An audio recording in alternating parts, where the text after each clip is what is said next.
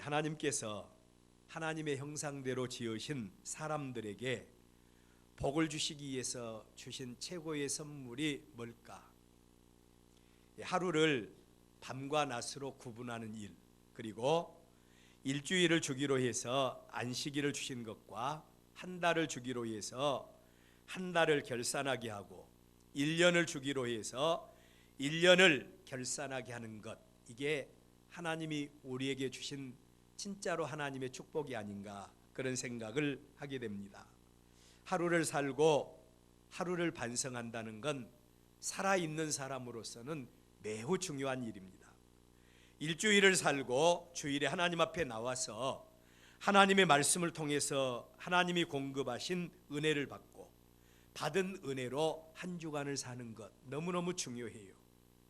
한 달과 1년을 결산함으로 반면교사와 타산지석의 교훈을 삼아 영원한 심판대 앞에서 일생에 대해서 후회함이 없는 삶을 살게 하시는 하나님의 배려가 바로 이 안에 있다고 하는 사실을 우리는 생각할 수 있습니다. 이러한 차원에서 본 우리 일생 속에서 2019년 이제 한 달도 채 남지 않았죠. 12월에 우리 교회 표어가 무엇인 줄 아십니까? 결산과 열매로 하나님께 영광 돌리는 달, 12월 달 우리 교회의 표어입니다. 하나님께서 우리의 일생에 허락하신 2019년 한 해를 돌아보면서 나의 삶의 결산을 한번 해보자. 12월은 결산의 달입니다. 결산을 해보자고 하는 의미와 생명의 주인 되신 하나님 앞에 서는 그날에 우리가 어떤 열매로 하나님 앞에 설 수 있을까?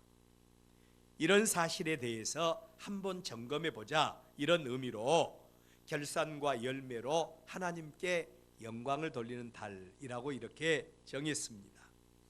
오늘은 특별히 이러한 말씀들을 우리의 마음속에 담고 하나님께 복받은 자들에 대해서 12월 둘째 주일에 하나님의 말씀을 드리려고 합니다. 오늘 우리들이 간절히 바라보고 우리들이 간절히 사모해야 될 복은 어떤 복인가? 사람들은요, 누구나 다 복받고 살기를 원하시죠. 저도 하나님 앞에 나올 때마다 하나님 복을 주시옵소서, 복 주셔야 됩니다, 하나님 앞에 기도할 때가 참 많습니다. 그런데 과연 우리가 하나님 앞에 간절히 사모하고 우리가 간절히 하나님 앞에 구해야 될 그 복의 의미가 무엇인가를 우리는 알아야 되고 또 이 복의 의미를 우리는 생각할 수 있어야 돼요. 지난 시간에 이스라엘 백성들의 구원 사건을 중심해서 하나님의 구원 역사에 대해서 애굽 땅 종되었던 곳에서 살고 있던 이스라엘 백성들의 생각과 그리고 하나님의 생각에 대한 말씀을 들었지요. 애굽 땅 종되었던 곳에서 이스라엘 백성들은 날마다 자고 일어나면 벽돌을 굽는 일을 해야 했습니다. 성을 쌓는 노역을 해야만 했습니다. 자기 속으로 낳은 남자 아이들은 무조건 죽여서 나일 강물에 던져야 하는 비극적인 삶을 살고 있었어요. 애굽 땅 종되었던 곳에서 살고 있던 이 이스라엘 백성들을 바라보면서 누구든지 그 백성 참 행복한 사람들이었구나, 행복한 삶을 애굽에서 살고 있었구나, 그렇게 말할 수 있는 사람은 아무도 없습니다. 참으로 불행한 삶, 비극적인 삶을 그들은 살았죠. 그럼에도 불구하고 이스라엘 백성들은 그 속에서 적응하면서 잘 살고 있었다는 거예요. 아니, 우리만 그렇게 사는 것이 아니라 남들도 다 그렇게 산다고 생각하면서 그냥 그들은 그렇게 견디면서 살아왔던 겁니다. 우리도 마찬가지죠. 우리도 하나님 없이 사는 사람들요, 넓은 길로 가다가 하나님 앞에 심판받고 영원한 지옥으로 가야 될 자들이 우리들입니다. 그런데 다른 사람들이 다 가는 길이니까 뭐 꼭 우리 길이 나쁘지는 않다, 그렇게 하면서 우리는 지금까지 세상을 살아오고 있지 않습니까? 이러한 이스라엘 백성들에게 하나님은 애굽 땅 종되었던 곳에서 그 백성들을 구원해 내셨는데 그 하나님의 구원이 이스라엘 백성들에게는 별로 매력적이지 않았다는 겁니다. 이러한 이스라엘 백성들의 마음이 민수기 11장 5절 말씀을 통해서 진하게 묻어나고 있는데, 우리가 애굽에 있을 때에는 값없이 생선과 오이와 참외와 부추와 마늘들을 먹고 산 것이 생각나거늘 이제는 우리의 기력이 다하여 이 만나 외에는 보이는 것이 아무것도 없다. 지금 이스라엘 백성들은 하나님의 상상을 초월한 구원과 함께 임마누엘, 하나님이 그들과 동행해 주시고 하나님께로부터 공급되는 초자연적인 은혜를 받고 가나안 땅을 향해서 가고 있습니다. 그런데 그 당사자들인 이스라엘 백성들이 삶 속에서 조금 어려움을 당했다고 해서 하나님을 원망하는 겁니다. 여러분, 원망이 왜 나온 줄 아세요? 이스라엘 백성들이 만약에 하나님이 그들을 구원하시고 또 그 백성들을 가나안 땅으로 인도하신 게 너무너무 좋고 행복하고 매력적인 이런 복이라고 생각했으면 그들은 좋을 때도 하나님 앞에 감사하고요, 그리고 또한 고통스러워도 그 나라를 바라보며 감사하고 소망 가운데 나갈 수가 있을 거예요. 근데 매력적이지 않다는 겁니다. 야, 우리 애굽에 살 때도 좋았지 않냐? 그러면서 그들은 조금 힘들고 어려우면 하나님 앞에 원망하고 하나님을 불평했던 거예요. 우리도 마찬가지죠. 우리가 넓은 길 가다가 이 세상 끝나면 하나님 앞에 심판받고 지옥으로 가야 될 우리가 아닙니까? 이 땅에 살면서도 하나님의 저주와 하나님의 심판과 하나님의 멸망 가운데 살아야 될 우리가 아니요. 근데 하나님이 우리를 죄와 사망에서 구원해 주셨습니다. 할렐루야. 구원해 주셨어요. 예수님이 우리의 죄를 대신해서 십자가에 못 박아 죽으셨어요. 그 예수님을 믿는 자에게 하나님의 자녀가 되는 권세를 주셨어요. 우리가 가는 길이 천국 길이고 우리가 가는 길이 생명의 길이어요. 이 길이 매력적이고 정말로 예수 믿는 것이 그렇게 좋고 행복하다면요, 우리는 예수 믿는 것 때문에, 신앙생활한 것 때문에 조금 좀 힘들고 어려워도 우리에게는 하나님 나라의 소망이 있고 우리에게는 또 하나님 나라의 생명이 있고 상급이 있고 우리가 하나님의 영광을 위해서 하는 모든 일들이 하나님 절대로 놓치지 아니하시고 이 모든 것 하나님 다 알고 계신다. 그러면 환난 가운데서도, 그리고 또한 여러 가지 시험과 시련 중에서도 우리는 견딜 수 있잖아요. 근데 매력적이지 않는 분들이 있어요. 구원의 확신이 없는 분들이 있어요. 억지로 교회에 나오신 분들이 있어요. 이런 분들은요, 힘들고 어려우면 에이, 아직 그 교회 안 가볼까? 뭐 이런 생각들을 다 갖지요. 이스라엘 백성들하고 똑같은 모습이 바로 그런 모습이에요. 반면에 하나님께서 바라볼 때 이스라엘의 구원은 놀라운 은혜요, 놀라운 선물이 아닐 수가 없지요. 하나님은 그 백성들을 종되었던 곳에서 구원해내서 이스라엘의 가나안의 하나님 나라를 세우시고 그 백성들에게 하나님의 말씀을 주시고 그 백성들이 하나님의 뜻대로 살 때 하나님이 그들의 하나님이 되어주셔서 이 땅에 하나님의 나라를 세우시기 위해서 그 백성들을 구원해낸 겁니다. 얼마나 하나님의 축복받은 백성인지 모릅니다. 복에 대한 개념적인 측면에서도 하나님의 개념과 복에 대한 사람들의 개념은 극과 극의 차이를 이루어요. 복에 대한 사람들의 개념은 항상 눈에 보이는 것입니다. 이 세상을 살아가는 데 있어서 우리의 육신의 욕구를 채워주는 것을 사람들은 복의 개념으로 삼습니다. 그래서 우리 동양 사람들에게 있어서 최고의 복이 뭡니까? 오복이라고 하지 않습니까? 저는 어렸을 때부터 다른 건 다 몰라도 오복이라고 하는 말은 많이 들었어요. 식사할 때 밥 먹을 때도요, 그 수저에는 뭐가 써져 있는 거 아니? 복복자가 써져 있잖아요. 또 이불을 덮고 자도 이불 호창에가 뭐가 써져 있어요? 복복자가 쓰여져 있어요. 사람들은 이렇게 복을 받기를 원해요. 우리 동양 사람들이 원하는 최고의 복은 오복입니다. 첫 번째 복은 기본적으로 사람들은 오래 살고 싶어 합니다. 우리 권사님, 우리 제일 연세가 많으신 우리 권사님, 건강하시고 그러신데 오래 살고 싶지 않아요? 당연히 그렇죠. 이게 바로 사람들의 기본 욕구예요. 오래 사는 것을 복이라고 생각해요. 그리고 두 번째로 기왕에 세상을 살면서 어떻게 살고 싶어요? 부자로 살고 싶지 않습니까? 그래서 맨 처음은 복을 오복 중에 첫째로 꼽고 두 번째로는 부를 오복 중에 두 번째 복으로 꼽습니다. 부자로 살고 싶고요. 세 번째로 기왕에 살면서 건강하게 살고 싶습니까? 아니면 병들면서 끙끙 앓으면서 살고 싶으세요? 당연히 건강하고 살고 싶죠. 그래서 세 번째 복을 강령이라고 말합니다. 네 번째 복이 유호덕. 사람들이 기왕이면 사람들에게 덕을 끼치고 사는 것을 복이라고 생각하고요. 마지막으로 고종명 잘 죽는 것을 복이라고 생각합니다. 이는 범죄 타락한 사람들이 눈에 보이는 육체만을 한정해서 생각하는 복의 개념입니다.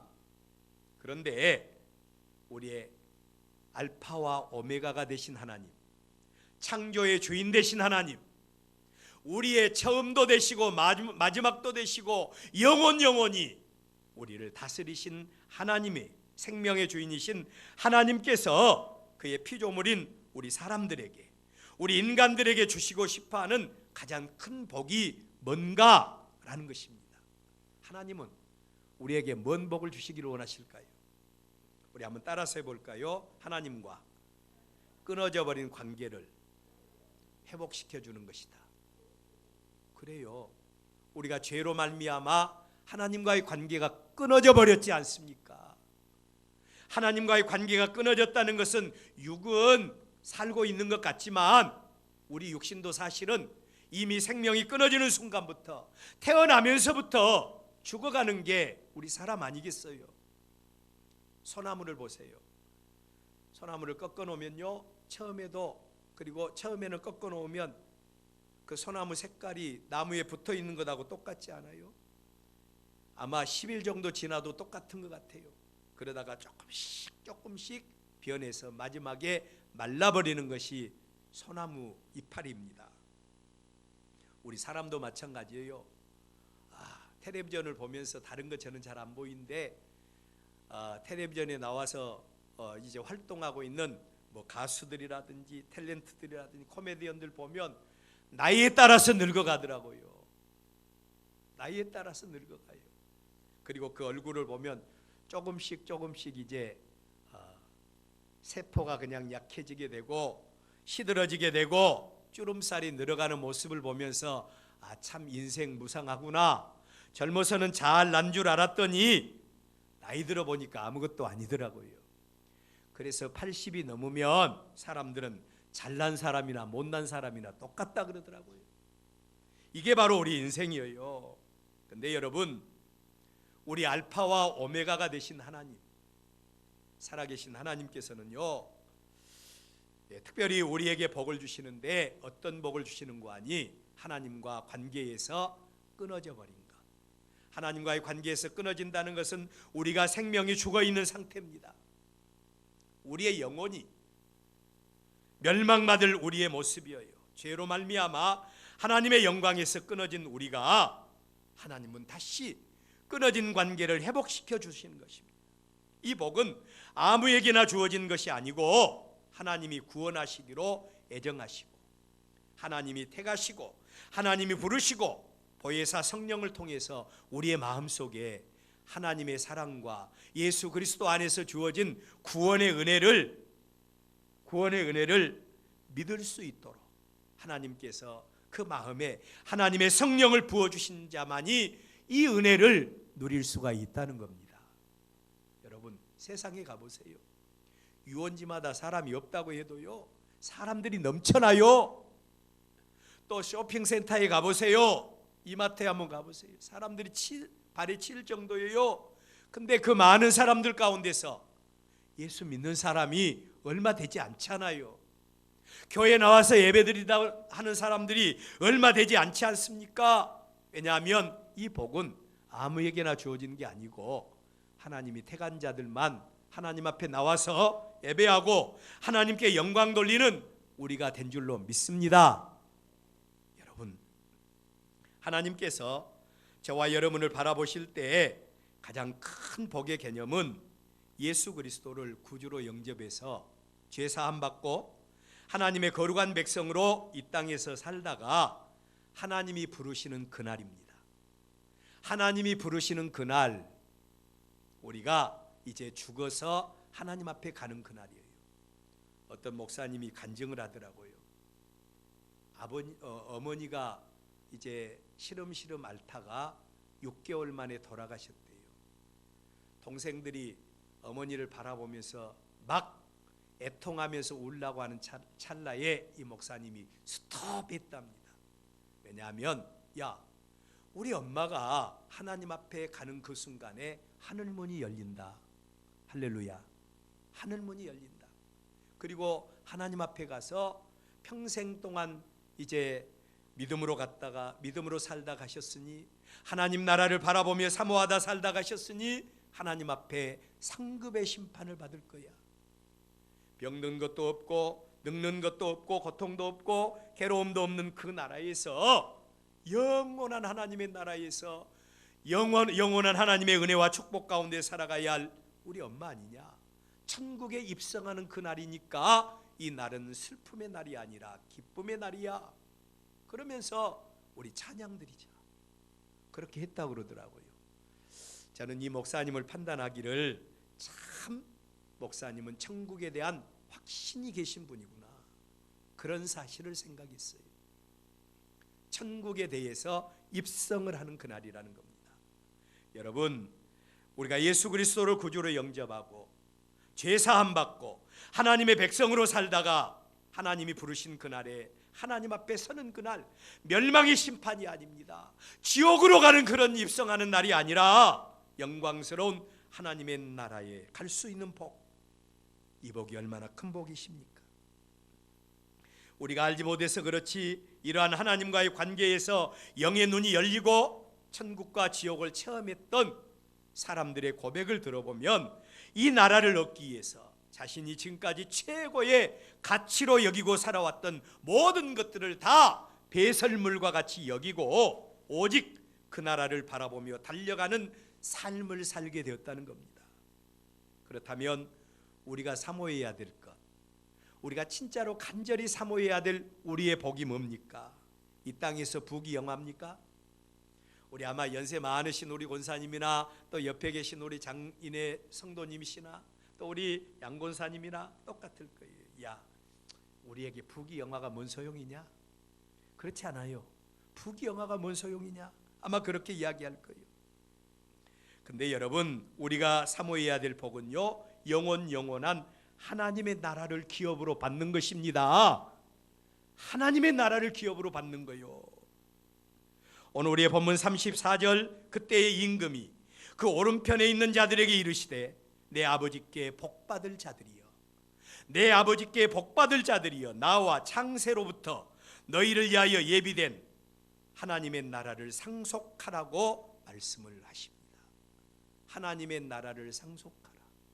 창세로부터 예비된, 우리를 구원하시고 그 나라에서 부족함이 없는 영원한 복을 주시기 위해서, 복된 삶을 살게 하기 위해서 창세로부터 예비한 하나님의 나라를 상속하라고 말씀을 하고 있습니다.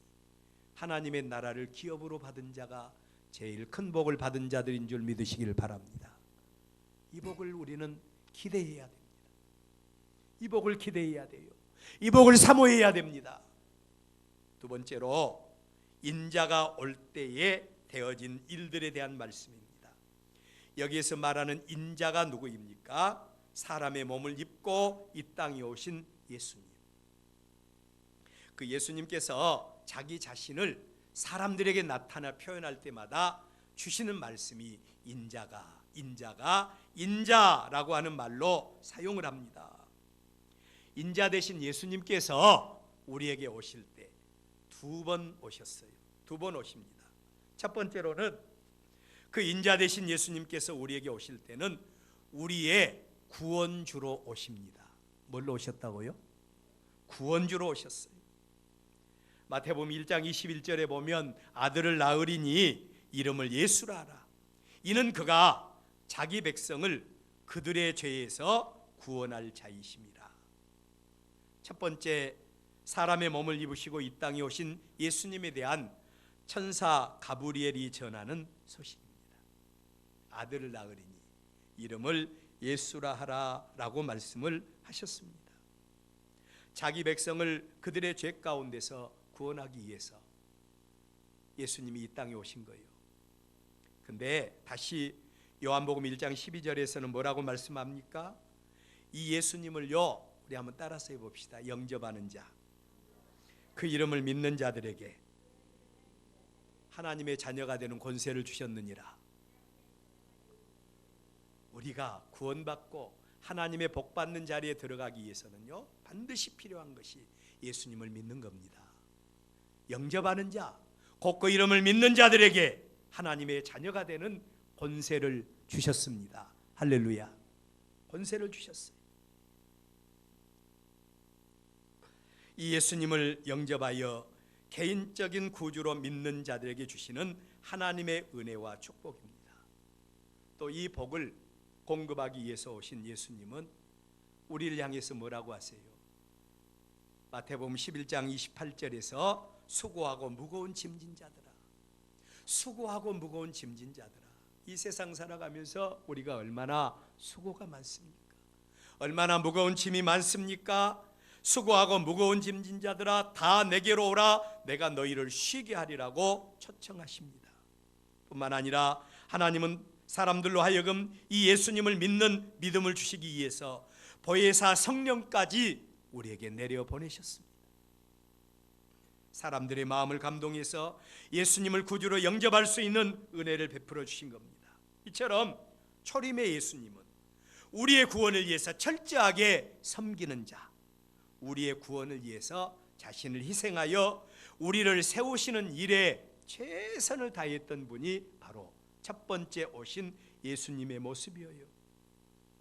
그가 우리를 대신해서 십자가에 못 박아 죽으시고 부활하시고 하늘로 승천하시면서 우리에게 주신 약속의 말씀이 사도행전 1장 11절입니다. 갈릴리 사람들아, 어찌하여 서서 하늘을 쳐다보느냐? 너희 가운데서 하늘로 올려지신 이 예수는 하늘로 가심을 본 그대로 다시 오시리라고 약속을 하셨습니다. 할렐루야. 약속을 하셨어요. 이처럼 십자가 대속의 죽음으로 우리의 구원을 완성하신 예수님은 우리가 있을 처소를 예비하기 위해서 하늘로 올라가셨을 뿐만 아니라 세상 끝날에 다시 오실 것까지 약속을 했어요. 사람들은요, 어떤 말이 일어나기 시작하면 그때가 갖고 왔는가 보다, 그 말을, 그 생각들을 갖지 않습니까? 사람들 바라보면서 우리가 제일 많이 쓰는 말이 무슨 말이에요? 우리 한번 따라서 해볼까요? 말세다. 이런 말 많이 하잖아요. 우리는 말세라고 말을 해요.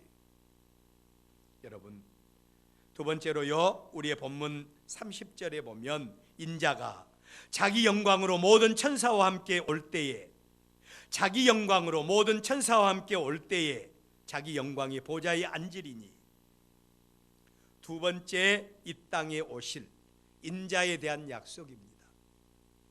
예수님이 두 번째 이 땅에 오실 때에 인자는 구원주가 아닙니다. 영접하는 자, 그 이름을 믿는 자들에게 하나님의 자녀가 되는 권세를 주시는 그 구원의 주님이 아니라 두 번째로는 심판하실 주님으로 오신다는 겁니다. 심판의 주님으로 오신다. 이 예수님의 심판의 기준은 당연히 구원의 은혜 안에 든 자와 구원의 은혜 안에 들지 않는 자를 구별하시는 심판이에요. 아주 쉬운 말로 한다면 예수 믿는 사람과 예수 믿지 않는 사람들을 심판하시는 그 구별의 심판이라는 겁니다. 오늘 우리의 본문 말씀은 당시 제자들을 비롯한 이 말씀을 듣는 사람들이 가장 알기 쉬운 한 가지 예를 들어서 그날 인자가 두 번째로 우리에게 오시는 그날에 있을 일들을 소개하고 있어요. 첫째로 모든 민족을 그 앞에 모은다는 것입니다. 모든 민족을 어쩐다고요? 그 앞에 모일 것이다. 최후 심판의 때 그 앞에 모인다고 하는 이 말은 원문의 의미는요, 예수님이 사람들을 끌어다가 억지로 오늘 예수님 오셨어, 얼른 와 얼른 와 얼른, 이렇게 말하는 게 아니라 아예 예수님이 이 땅에 오시면 사람들이 예수님을 중심으로 해서 모여든다는 겁니다. 예수님을 중심으로 모여들 것이다. 그리고 두 번째로는 이때에 심판주가 되시는 예수님께서는 각각 구분하기를, 목자가 양과 염소를 구분하는 것 같이 양은 오른편에 염소는 왼편에 두시리라고 말씀을 하십니다. 여러분, 예수님의 이 말씀은요, 말세에 되어질 일들에 대해서 한 가지 예를 들어서 주시는 말씀이거든요. 이러한 예수님의 말씀의 내용은 당시에 이스라엘 백성들이 아주 익숙한 그런 풍경이에요. 목축의 현장에서 양과 염소는요, 낮에는 평화롭게 들판에서 섞여서 풀을 뜯어 먹고 있어요. 마치 이 땅에 예수 믿는 사람과 믿지 않는 사람이 공존하는 것 같이 그냥 섞여서 풀을 뜯어 먹다가 저녁이 되면 목자의 인도에 따라서 양들이, 염소들이 모여들기 시작합니다. 아침에 방영하는 인간극장, 강원도에서 살고 있는 여자분, 또 저기 파키스탄 남자분하고 둘이 사시는데 호루라기를 쏙 부니까 뭐가 몰려들어요?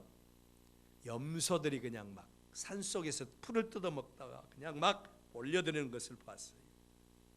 똑같은 내용입니다. 목자가 양들을 향해서 호각을 불면 양들과 염소들이 섞어서 풀을 뜯어 먹고 있다가 다 모여들어요.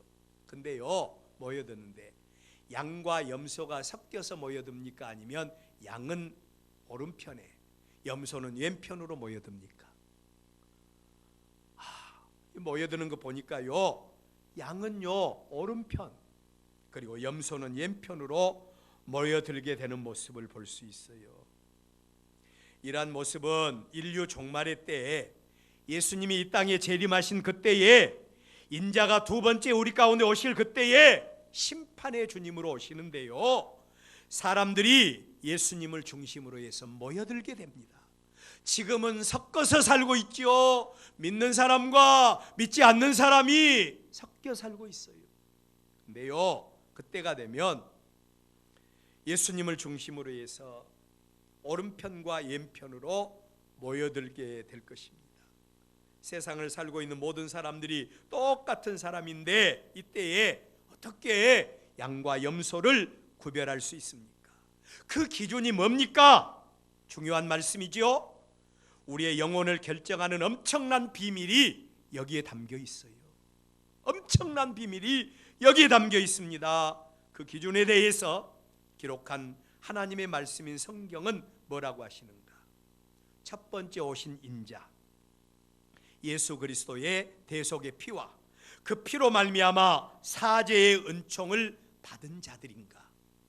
예수님을 믿지 않아서 예수님과 상관이 없는 자들인가? 두 부류를 구별하는데 바로 그들인가에 따라서 구별을 하게 된다는 겁니다. 이러한 일들이 인자그 때, 예수 그리스도의 재림의 때, 세상 끝날 우리가 하나님 앞에 갔을 때도 그렇고, 이 땅에 예수님이 재림하실 때도 그렇고, 우리가 하나님 앞에 심판받게 되어졌을 때 오른편과 왼편으로 예수님을 믿는 사람과 믿지 않는 사람이 구별되는 역사가 일어난다는 겁니다. 아무것도 아닌 것 같죠? 예수 믿는 거 별것 아닌 것 같죠? 천만의 말씀이요. 하나님 앞에 갔을 때에 또 하나님이 우리에게 복 주시기를 원하는 그 복이 바로 우리를 죄와 사망에서 구원하기를 원하시는 겁니다. 인자의 때에 주님의 왼편에 서시는 여러분들 되시기를 주의 이름으로 축원합니다. 안 가시고 싶으신 것 같아요. 축원합니다. 세 번째로 하나님의 복을 받아 심판의 주 되신 하나님 앞에 인정받는 믿음입니다. 그렇다면 우리 예수님께서 이 땅에 오실 때 아니 우리가 죽어서 하나님 나라에 갔을 때 어떤 믿음이 하나님 앞에 인정받는 믿음입니까? 여기서 우리가 기억할 것은요, 우리의 믿음은 생명체입니다. 여러분 아세요? 그래서 우리 믿음은요, 살아있는 믿음이 있고요, 죽은 믿음이 있어요. 우리 믿음은요, 병든 믿음이 있고요, 건강한 믿음이 있어요. 우리 믿음을요, 하나님이 인정해 주시는 믿음이 있고 하나님이 인정하시지 않는 믿음이 있습니다. 그렇다면 어떤 믿음이 살아있는 믿음이고 어떤 믿음이 죽은 믿음입니까? 이 부분에 대한 하나님의 말씀을 몇 군데 읽어드립니다. 야고보서 2장 14절 말씀, 내 형제들아 만일 사람이 믿음이 있노라 하고 행함이 없으면 무슨 유익이 있으리요? 그 믿음이 능히 자기를 구원하겠느냐? 믿는다고 하면서도 행함이 없는 믿음은 유익이 없다는 겁니다. 26절에 보면요, 영혼 없는 몸이 죽은 것 같이 행함이 없는 믿음은 죽은 것이라고 말합니다. 우리가 예수 믿는다고 말하면서 또 하나님의 거룩한 백성이라고 말하면서 우리는 하나님의 나라의 무임승차를 하려고 해요. 그냥 믿는다고 하는 이름 걸어놓고 이제 내가 예수 믿으니까 하나님이 나를 구원해 주시겠지. 행함이 없는 믿음은 죽은 믿음이래요. 마태복음 7장 16절, 그들의 열매로 그들을 알지니 가시나무에서 포도를 또는 엉겅퀴에서 무화과를 따겠느냐. 20절 우리 한번 따라서 해봅시다. 그러므로 그들의 열매로 그들을 알리라. 열매로 그들을 안다는 겁니다.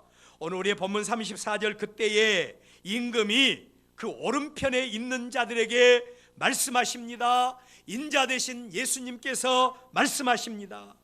내 아버지께 복받을 자들이여, 나와 창세로부터 너희를 위하여 예비된 나라를 상속받으라. 하나님의 나라에 합당한 자들에게 주신 말씀이요, 그 말씀이 무슨 말씀인 줄 아세요? 하나님께서, 예수님께서 그의 백성들을 구별하시는 능력은요, 그의 우편에 서 있는 자들을 향하여 말하기를 복받을 자들이여.